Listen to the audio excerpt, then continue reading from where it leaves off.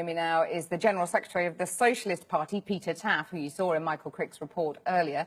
Mr Taaffe was a founder member of the far-left group Militant and among those expelled from Labour in the 1980s. Now he wants to be allowed back in. Neil Coleman was once Jeremy Corbyn's head of policy, but he quit and is now chief advisor to the leadership challenger Owen Smith. And in a moment, I'll be speaking to a Jeremy Corbyn supporter and newly elected member of Labour's National Executive Committee, Claudia Webb. Peter Taaffe, let's start with you. You want to get back into Labour. What makes you think that Jeremy Corbyn's Labour wants you back in? Well, the Labour Party has changed and is changing every day. It's now probably the biggest party on the left in Western Europe. It's a radical party. It's not the same as the Labour Party in the past, when they expelled people for their ideas. I was expelled from the Labour Party for standing up for the working people of Liverpool. We defeated Thatcher. We built more houses in Liverpool than all the councils put together. OK, and you think that Jeremy Corbyn wants someone back who calls for violent revolution to restore workers' democracy? Well, that's not true. Well, it is true. A document I've just read, an article in your name, calls for a new revolution to restore workers' democracy, to complete the work begun in the 1917 Russian Revolution. Yes, but Cathy, you used the term violent revolution. Well, the Russian Revolution wasn't exactly peaceful. Well, people died and it triggered a civil war. It's not a point of going into history here.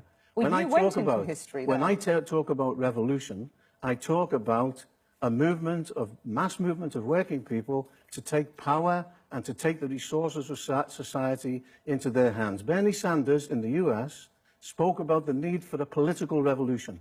In my opinion, the movement around Jeremy represents that in Britain. An attempt to mobilise to take power away from the ruling class. Would you describe yourself as a trot?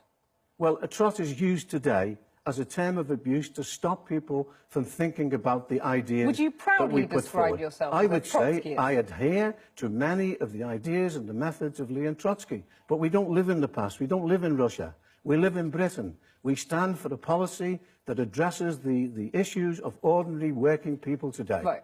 Neil Coleman, why shouldn't Mr Taaffe and people like him be allowed back into Labour? He mobilised against Margaret Thatcher and the poll tax.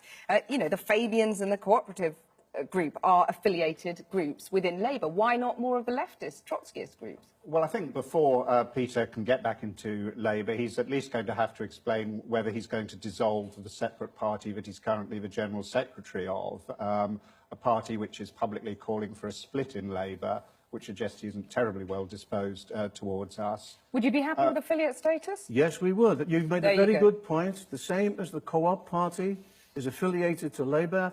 We would like to be part of this new, exciting project. Neil Coleman, if you could answer that point. Well, I think the point is, I mean, to be honest, I don't really think the big issue facing Labour at the moment is whether Peter and a few of his fellow Trotskyists are readmitted to the party or not. I mean, as you've said, Peter, unlike me, doesn't believe in a parliamentary road to socialism. He believes in building a Bolshevik-type party that will take power through a revolution. OK, do you support taking power through the parliamentary... Of course. We stand for the election of a socialist Labour government that would introduce measures in Parliament to take hold of the 100 monopolies that control 85% of the economy. Let me just point out, when we were in the Labour Party, 3 MPs supported the position of Militant. Terry Fields, Dave Ellis, who's active today, and Pat Waugh. Why, if that was the case, would this red herring that Neil has dragged in to try and cloud the debate over Jeremy Corbyn? Let me go back to you, Neil. What are the consequences of all of this? I mean, you've spoken about an electoral defeat as heavy as 1931. You were Mr Corbyn's head of policy. Why is he failing, in your view?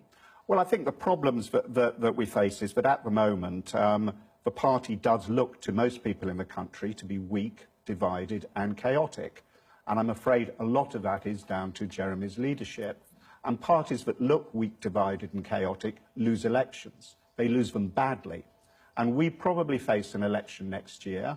The Tories are not going to miss an opportunity like that. We're not putting up an effective opposition to them. And if we lose heavily in that election, that will be a disaster. It will be a disaster for Labour. It will be a disaster for the left in Labour, as people like Owen Jones have pointed out. but most of all, it will be a disaster for working people in this country who need a Labour government. OK.